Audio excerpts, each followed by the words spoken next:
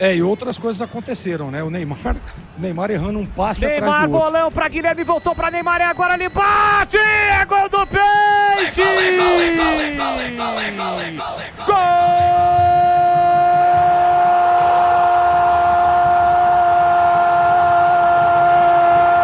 Gol do Santos!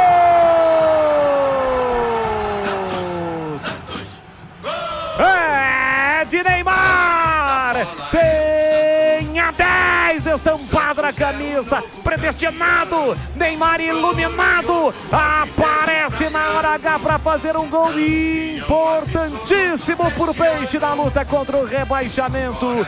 Neymar,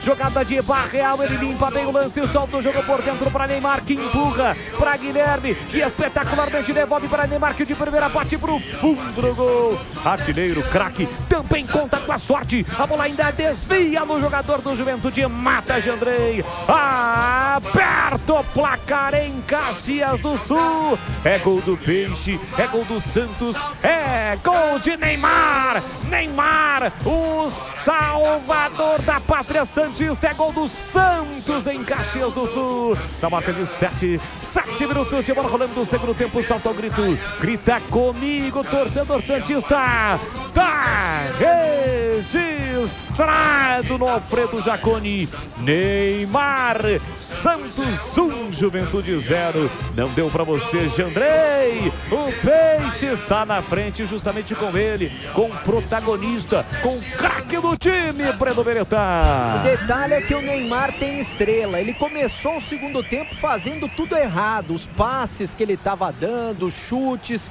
tudo errado. Mas a hora que ele acertou pra valer, porque ele deu um passe primoroso na entrada da área, no canto esquerdo para o Guilherme, que levantou a cabeça, devolveu a bola para o Neymar. E ele falou, faz Neymar, faz. E o Neymar com um chutaço forte, a bola desviou ainda do jogador do Juventude, encontrou o ângulo direito do goleiro Jandrei, que nada pôde fazer. Abre o placar em Caxias do Sul, é gol do Neymar, camisa 10, capitão do Santos, que vai salvando o Santos do rebaixamento.